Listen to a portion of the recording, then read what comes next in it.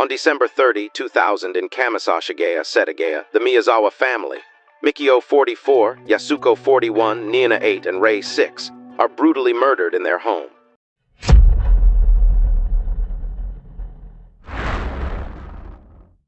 Kes pembunuhan keluarga Miyazawa atau lebih dikenali sebagai Setagaya Family Murders merupakan antara jenayah paling terkenal di Jepun yang sehingga kini masih tidak berjaya dirungkai. Tragedi yang berlaku pada 30 Disember 2000 itu menggemparkan Jepun kerana satu keluarga telah dibunuh dengan begitu kejam, namun pelakunya masih bebas dan tidak pernah dibawa ke muka pengadilan. Keluarga yang menjadi mangsa dalam kejadian tersebut ialah Mikio Miyazawa berusia 44 tahun, isterinya Yasuko berusia 41 tahun serta dua orang anak mereka, Nina berusia 8 tahun dan Rei berusia 6 tahun. Sejak tahun 1990, keluarga ini tinggal di sebuah kawasan perumahan di Setagaya. Rumah mereka ialah jenis berkembar dan di sebelahnya tinggal ibu Yasuko bersama kakak, abang ipar dan anak saudara Yasuko. Namun pasangan itu hampir tidak pernah pulang ke rumah atas pelbagai sebab. Pada tahun 2000, pihak berkuasa Tokyo merancang untuk memperluas Taman Shoshigaya yang terletak tepat bersebelahan dengan rumah keluarga Miyazawa kerana taman itu semakin popular. Sebagai sebahagian daripada rancangan itu, penduduk berhampiran ditawarkan wang pampasan yang lumayan untuk menjual rumah mereka. Dalam beberapa kes, jumlahnya melebihi 100 juta yen yang ketika itu bersamaan dengan lebih $1 juta. Akibatnya, Mikio dan Yasuko menjual rumah mereka tetapi masih tinggal di situ buat sementara waktu dengan rancangan untuk berpindah pada bulan Mac tahun berikutnya. Menjelang masa pembunuhan itu, kawasan kejiranan yang dahulunya menempatkan sekitar 200 buah rumah telah berkurangan kepada hanya 4 buah rumah. Dua lagi keluarga lain menetap di seberang jalan tidak jauh dari situ. Mikio bekerja dari rumah untuk Interbrand, sebuah syarikat pemasaran yang berpangkalan di London, manakala Yasuko merupakan seorang tutor dan mengadakan kelas di rumah kakaknya kerana kakaknya sering tiada di rumah. Walaupun mereka mungkin tidak kaya, keluarga Miyazawa menikmati kehidupan yang selesa.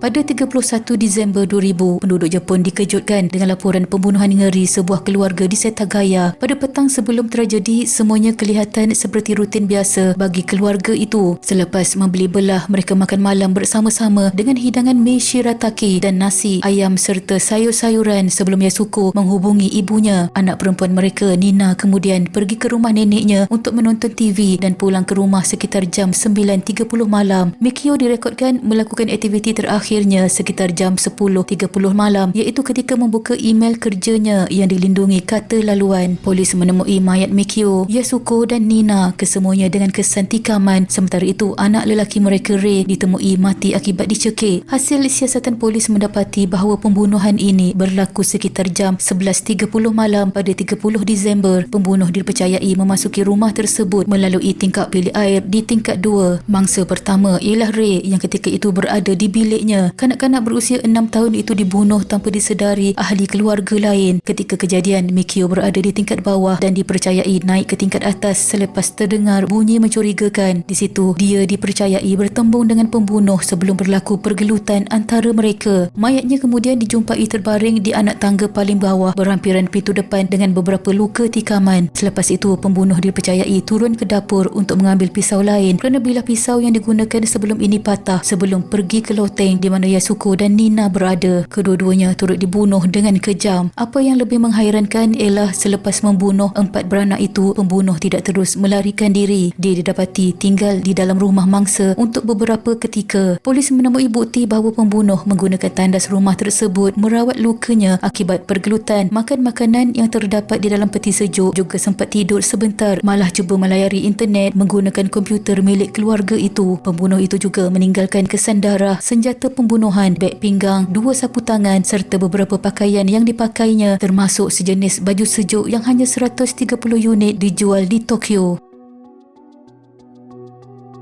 Keesokan paginya selepas pembunuhan itu, Haruko iaitu ibu Yasuko menelefon keluarga itu seperti biasa untuk menyapa keluarganya, tetapi panggilan tersebut tidak dijawab. Jadi Haruko pergi ke rumah tersebut. Selepas loceng ditekan berkali-kali tanpa ada sesiapa membuka pintu, dia menggunakan kunci pendua dan akhirnya menemui mayat seluruh keluarga kira-kira jam 10.40 pagi, lalu terus menghubungi polis. Kes ini melibatkan skala penyiasatan yang luar biasa dengan lebih 246,000 penyiasat digerakkan dan hampir 13,000 bahan bukti berjaya dikumpulkan. Pihak polis turut mengambil lebih 5 juta cap jari serta menjalankan kira-kira 1.3 juta perbandingan DNA. Namun semua usaha itu menemui jalan buntu kerana tiada padanan ditemui baik di Jepun maupun di luar negara. Malah terdapat ganjaran 20 juta yen untuk maklumat yang membawa kepada penangkapan pembunuh. Berdasarkan DNA dan cap jari yang ditemui di lokasi kejadian, polis menganggarkan pembunuh mempunyai ketinggian sekitar 170 cm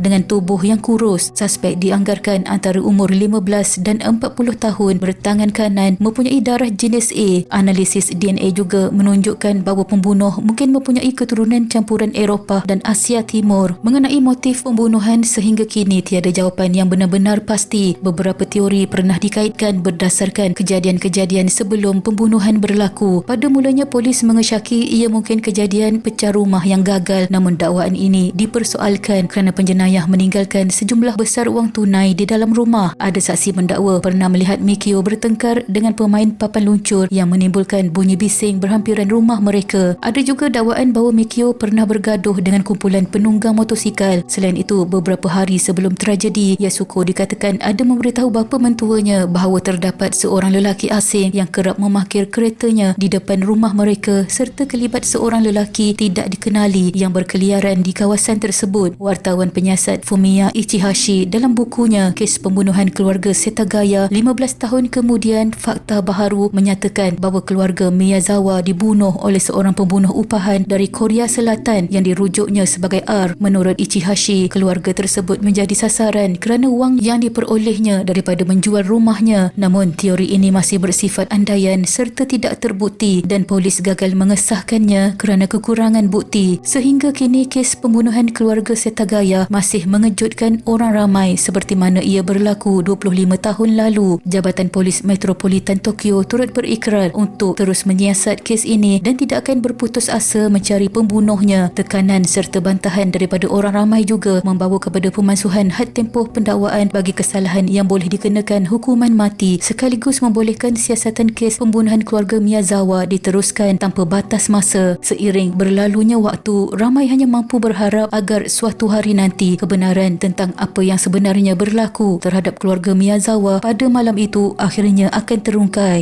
Sekian.